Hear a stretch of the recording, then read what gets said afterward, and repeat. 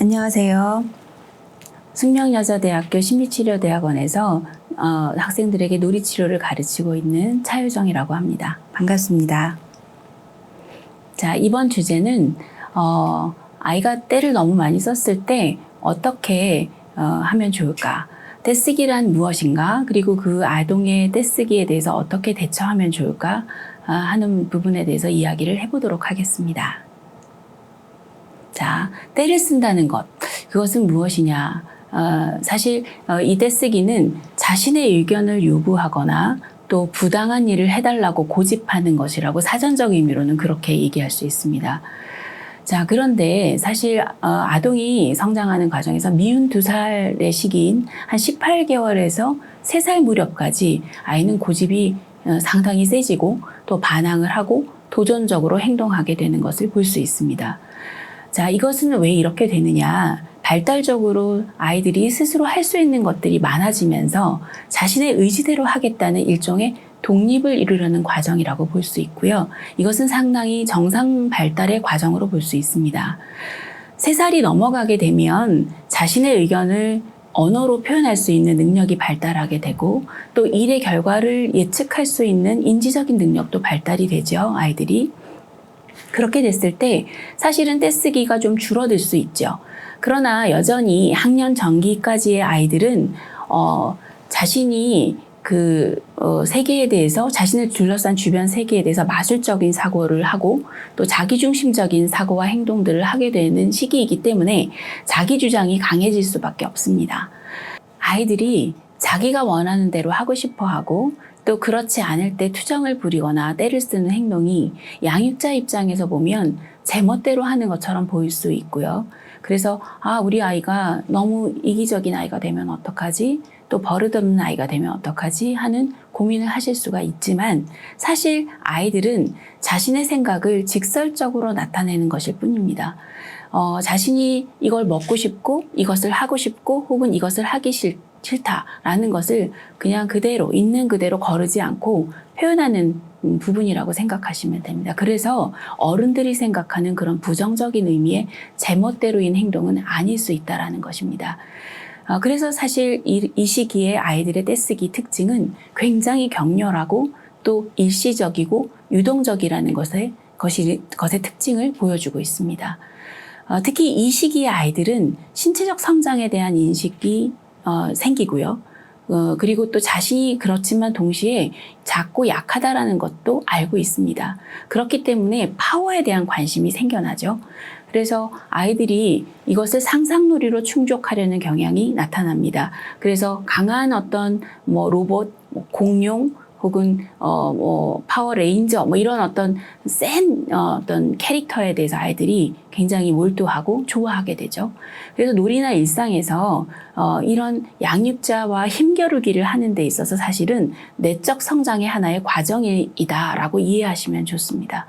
자, 이럴 때 양육자의 태도는 지나치게 허용하거나 또 지나치게 통제하는 것을 주의하셔야 합니다. 지나친 허용은 아이가 자기 통제를 발달시키는 데 있어서 문제가 생길 수 있고요. 또 지나치게 통제를 하는 것은 아이가 자신감이나 주도성을 발달시키는 데 있어서 방해 요인이 될 수 있다는 것입니다. 그래서 허용과 제한의 범위를 이 양육자가 적절하게 조절하는 것이 상당히 중요하다고 볼 수 있습니다. 그 적절하다는 것이 어떤 것인가에 대해서 부모님들이 상당히 고민이 되시겠지만 사실 그것은 아이의 연령, 또 아이의 기질, 또 부모님의 어떤 양육관 이거에 따라서 굉장히 많이 다를 수 있기 때문에 중심적인 어떤 내용을 잘 이해하시고 이 상황에 맞춰서 부모님들께서 조율점을 찾으시는 것이 필요하다고 봅니다. 그런데 이 정상적인 분노가 도를 넘어서 바닥을 뒹굴고 악을 쓰고 난리를 피우는 경우가 있습니다. 이를 우리가 분노 발작, 템퍼 텐트럼이라고 하는데요. 이렇게 되면 사실 좌절에 대한 과민성을 아이가 보이는 건데요. 이럴 때는 혹시 어떤 어려움이 있는 것인가 하고 조금 주의 깊게 살펴보시면서 상담 전문가를 찾아 정확한 진단을 받아보시는 것도 필요하다고 생각이 듭니다. 자, 그 다음에 아이들의 이런 떼쓰기에 대해서 대처 방법에 대해서 말씀드리도록 하겠습니다.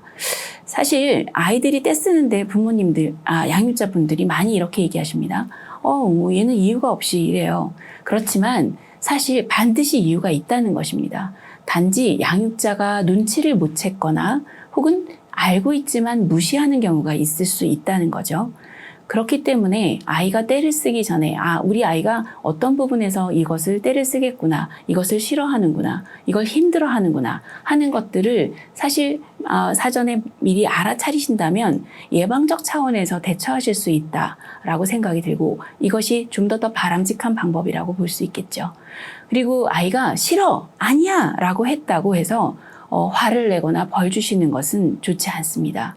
그것은 아이들이 자신의 어떤 의견을 표현하는 것이기 때문에 그것을 오히려 못하게 하거나 그랬을 땐 그것이 없어지는 것이 아니라 오히려 더 강화될 수 있는 측면들이 있다는 것을 기억하시기 바라고요.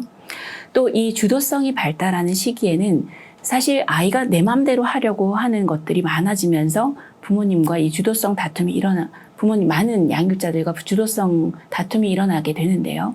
이럴 때는 아이에게 한 개만 이거 할래? 안 할래? 하는 것보다는 한 2개나 3개 중에서 선택지를 주고 네가 이 중에서 뭘 하고 싶니? 하고 선택할 수 있도록 한다면 아이는 자기가 선택한 거기 때문에 좀 더 쉽게 받아들일 수 있다라는 겁니다.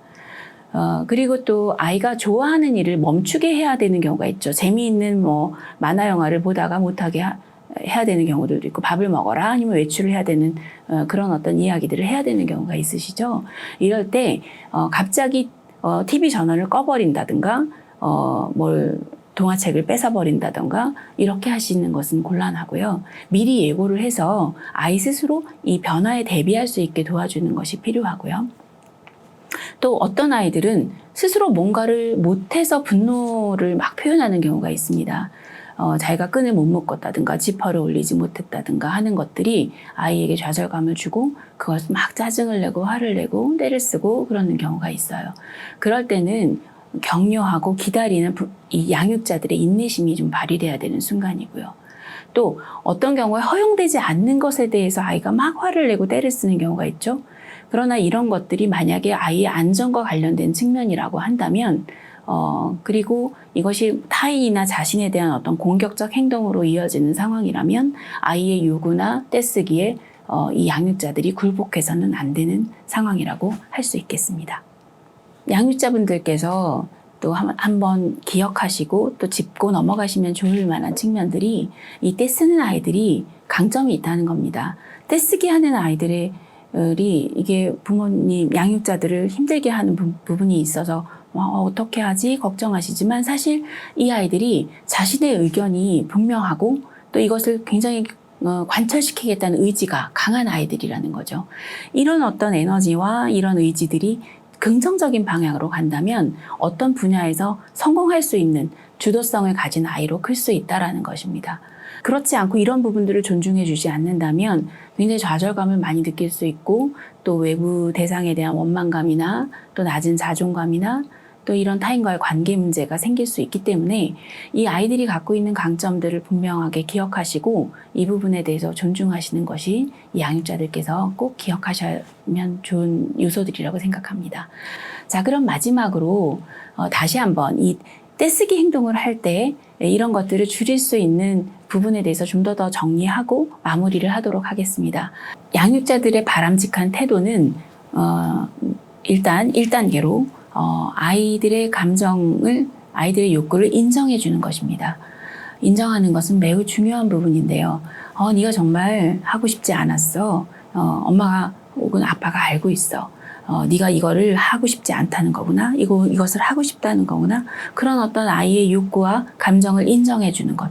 그리고 그 마음을 알아주는 것.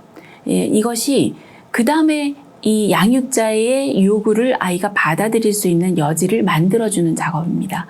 그래서 그 다음의 단계로 아이에게 인정해주고 아이의 욕구를 인정해주고 공감해주고 그리고 나서 양육자가 바라는 바람직한 행동에 대해서 알려주는 것입니다. 그래. 그러면 네가 이렇게 화를 내는 것보다 소리를 지르는 것보다 엄마는 네가 얘기를 했으면 좋겠어. 뭘 원하는 거니? 어떻게 해주기를 바라는 거니? 이렇게 바람직한 그렇게 말로 네가 얘기를 해주면 좋겠다. 이렇게 알려주는 것이 매우 중요하고요.